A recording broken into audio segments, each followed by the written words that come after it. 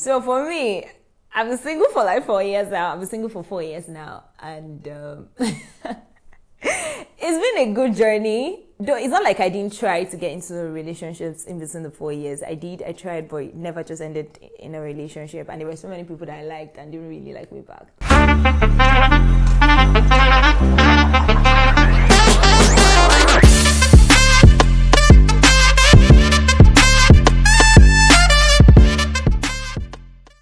Hi guys, how are you doing? You're welcome back to Tinola Life. Thank you for being here. Thank you for subscribing. Thank you for liking. Thank you for watching the videos. Thank you so much. I'm not saying this as a cliche, but I actually do mean it. Thank you so much, guys. And okay, this is a new episode. Confession is that the previous videos that you've watched, I actually shot those videos in September last year, 2021. So 2022, September 2022, that was when I actually shot those videos, and I actually kept it until I felt like, okay, let me start this thing this year. So this is actually a fresh video, okay, this is actually the real me 2023 right now. So yeah, thank you. Anyway, okay, so today I'm going to be talking about something. I've titled this episode, The Confession of a Single Christian Lady, right? And it's because I really just want to hear out my opinion. And funny enough, this week is Valentine's week. I didn't know that this was what I was going to be talking about actually until when I uploaded the previous video, and I was like, okay, what next am I going to talk about? And this was, I actually wrote it down. I wrote down some stuff because I was in this particular moment that very day. And because I didn't want to put it out on my social media, I decided to write it down. And so after I wrote it down, God told me, yeah, talk about this, right? So that's why I'm here today. And so for me, I've been single for 4 years now. I've been single for 4 years now. And it's been a good journey. Though it's not like I didn't try to get into relationships in between the 4 years. I did. I tried, but it never just ended in a relationship. And there were so many people that I liked and didn't really like me back the same way. So it has been, a ride of different things. I don't know. But I'm still right here. I'm still very single in 2023. And, most times whenever I see people or meet people or come across people maybe on social media or anywhere or something, and you sort of they feel like they meet your spec sort of in a way, and you find out that they are in a relationship or they just got engaged or they are married, and you ask yourself, Ewana, did I come late to this party? Because it feels like everybody around me, let me talk about myself, it feels like everybody around me is in a relationship, right? I know that it's not true because at least I know that I still have some single people around me, but the people that you really want are actually in a relationship, and you begin to ask yourself wait, is it that I missed the memo when you guys were single that I didn't come around you, or what is happening, right? And this is the way I feel most times. I know that it's just a funny way to would I say make a joke out of the situation? That's what it is to me. But from late last year to this year and presently, I've been desiring to get into a relationship. Not because I feel like my time is running out, but I just started desiring companionship, right? And it's not a bad thing, right? It is not a bad thing, because I feel like most times a lot of people has bottled in their desires, all because they have to, feed up with the idea of I'm single and secured. I'm very single and secured. I'm very single and old. I'm okay being single, right? I'm not desperate. I'm not at the point of desperation. But do I have the desires? Yes. And I don't think we should kill the desires. I don't think that we should be taught to not to be comfortable to hear out our desires, because we just have to show people that we are single and we are okay, we are single and we are happy. I am very much single and I'm very happy being alone. But at the same time, because seeking companionship is a desire that God has embedded into us. And so you should embrace it. It's just that you need to know how to, channel the situations. And I know that it's even in this period that you are waiting or you are facing the desires. There are so many temptations all around you. Sometimes you begin to ask yourself, especially if you get to like somebody and the person does not, like you back, like the emotions or whatever, the feeling is not mutual and all of that. You begin to ask yourself, these are not beautiful enough, right? And you wonder, maybe you don't even have anybody coming around you and you wonder, what is wrong with me? And so many people, somehow you'll be tempted, like, is it that? Because I know that there was a particular time, though even that was even like some years back, and that was even the time I was still growing, I was still learning how to, be comfortable with myself, building my own self-esteem. But I remember at that particular point in time, one of the questions I used to ask myself is that, is it I'm not so sophisticated enough, right? And that time I used to feel like, I need to look a certain way for me to, like, for people to like me, for people to be attracted to me and everything, right? But those are the period that God was taking me through a time of growth. And I learned how to be comfortable with myself. I learned how to be comfortable with the way I dress. I used to say that I'm not your regular girl that you would always see on heels and gowns all the time. So yeah, I recorded this video on Monday. So yesterday was Sunday and I was skirt to church. And the comment I got is, Tinola was skirt. And I'm like, because most people know that they will barely find me, like they will barely see me in skirt or gown or something, except it's native and all of that, because I'm usually on trousers, sneakers, boots and all of that. So that is usually me. And I just had to, like, at that point in time, I had to get comfortable in, looking good in what I like, in what I'm comfortable with, right? And all of that. So, there were times that I just asked myself, like, I'm not beautiful enough. There was a particular time I asked myself, is it because I'm not rich enough? And I remember that I was able to have that conversation with a friend of mine, and he told me that, you're valuable. Like, you are, like, if someone, English is very dishoro. If someone have you, is it have you or has you? If someone has you, yeah, it has you. If someone has you, right? I don't know. Sorry if it sounds somehow, but if someone has you, like, that person is lucky because you are worth more than anything, right? And those were the times that I also learned not to define myself by the things that I have.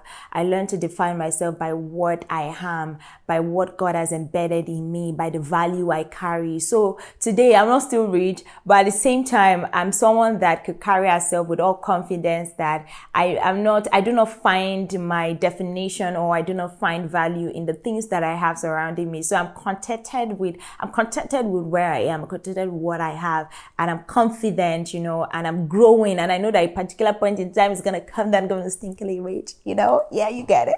But then, so those are the times. So through those years, God actually built me. And I know that some people would actually be in that particular point in time, that time when you are desiring or you are in your waiting period and the desires, oh God, when the desires start coming, your waiting period becomes difficult because it seems as if that is the point where you are being tempted. And the Bible even says that, we are tempted. Do not say that God tempts you, right? You are tempted by your own desires, something like that, we are tempted by our own desires. So we are always very subjective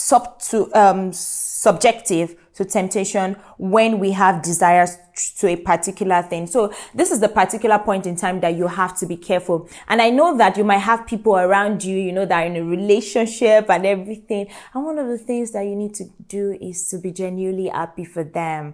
I know that there are times that you go back home and you be like, God, why? What is happening? God, when? And everything. But know that even in that midst of, oh God, when and everything, make sure that you are genuinely happy for them, right? Make sure that you're genuinely happy for them. Sorry, I have to refer to my notes because I actually had to write down some things and all of that. Another thing is to know that your desires are not bad. Like, your desires are not bad, right? Most of it, one of the things that I do most times is whenever I'm in, maybe my emotions are running wild and everything, one of the things I do is to pour it out to God, to tell God how I feel. There have been times that I've cried, right? Because I feel alone, and I feel like, God, when is this gonna happen? When am I gonna get, that person and everything? But one of the things I've learned to do is to embrace my desires, but I take it to God, I pour it out to God, and He listens, right? He listens and He helps us, right? So if you want to cry. There's nothing bad in crying. I say that crying is therapeutic. Yeah. There's nothing bad in crying. Then another thing to note is that know what you deserve, right? Know what you deserve. That will be a guard for you when pressure wants to make you settle for less. Because at that particular point in time that you are in your waiting season, that the pressure is all around, your family might even be pressuring you, right? The desire is high and everything. You might want to settle for everything or anything that comes to you. And the truth is, in this point in time where you have your desires high, you have to be careful to know that it is not all doors that God opened. There are doors that will come open to you, opportunities that will come open to you, but it is actually not God. So a question, oh my God, I learned something some days back, is there are people that are good, there are people that are bad, and there is God. So the person might be good, sincerely, the person might be good. Yes, you avoid the bad person, but the one you should always go for is this God, right? Is this God? And whatever is God would be good. That's the sure thing. Whatever is God will be good. So one of the things that you need to remind yourself is to remind yourself what you deserve. One of the things I've done in the past few weeks was to write down. I had to rethink, my expectations. I had to sit myself down, renew my expectations. There were some things that I had to change. There were some things that I had to solidify, my convictions that I had to solidify. And I had to tell myself that, you're not going below this, right? Except God says otherwise, because I'm still flexible to what God says. But as far as I know right now, I know what I deserve, and I know the things that I should not, go below and all of that. So when you know what you deserve, when you know what you deserve, that will be a guard for you when pressures are high and you might want to just settle for any door, any opportunity that comes and everything. Then another thing is, yes, I've said that your desire is valid, right? And, sometimes you wonder if you should really say you want marriage while you have people older than you. Oh my God, yes. I love this point. So there was a particular point in time, sometimes in church, they say that if you're of a marriageable age, and I really understand, right? There are people that are way older than you. For me, I'm going to be 26 in April. There are people that are way older than me that are still single and all of that. But sometimes when prayers are being raised, that if you're of a marriageable age, sometimes I now ask myself, you're just 20 something, are you really of a marriageable age? But I think that the marriageable age concept was established based on society, right? So you feel like when you are 30, you're already of a marriageable age and everything. And I don't think that there is a particular time there is a particular age, for that should be defined as marriageable. As long as you're ready, you are matured for it. And yes, you are ready, in short. I don't know, whatever you used to define your readiness and everything, you can go for it. So we have people that are getting married young today and all of that. And another thing is, because at that point in time when they raise the prayer of you have a marriageable age, and you have to say, should I go out? I mean, some of those people that are older than me, and me, I'm just very young and everything. I want you to tell yourself and know that desire that you have to get married, even though you are young, is valid. So you're of a marriageable age from the time that you feel like, okay, I think it is time for me to settle down. It is time for me to get married. It is time for me to be in a relationship. So when they call for prayer, get out, go out, and do it with confidence. I raise up your hand, Father Lord, I want that divine connection, the Lord. So yeah, so your desires are valid. Your desires are valid. You don't have to be, at a particular age before you feel like, oh, you're of marriageable age and everything. Yeah, you get me? So anytime. So I'm 26. I'm going to be 26. And I feel like I'm ready for it. Though, anyways, I'm ready for it. Let's just put it like that. I feel like I'm ready for it. Yes, it's not like everybody is ready. But I just feel like at this particular point in time, this is what I want at this particular point in time. So, with confidence. I remember that last year when you tell me that that's how you're gonna get into a relationship, I wasn't really embracing it last year like that. But this year, it's me and God. Me and God were like, God. And my pastor has decreed that, there will be unusual connection this year. So I'm holding on to that word like with everything. And so that is like my little confession from the mouth of a single lady, a Christian that is single.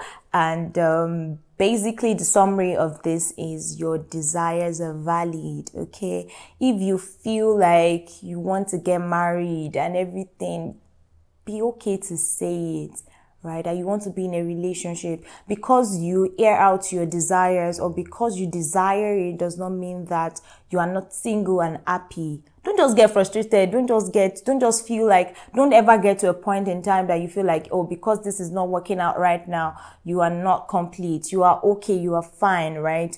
You can be single, happy, and still have the desire to get married, to get into a relationship. So yes, I think I've been able to convey my mind to you. And I don't know, this might bless someone. So this is the point where I say thank you so much. Make sure you like, make sure you share, make sure you subscribe. Thank you so much. And you can actually share your opinion with me in the comment section. If you want to shout God when, you can shout God when. Let us shout God when together. When you see and let's shout God when together, right? It's okay for you to like just put out your opinions, right? And or maybe these days I'll just go on my IG story and say I want to fall in love, like God, like. Anyway, thank you so much for being here. See you next time. See you on the next episode.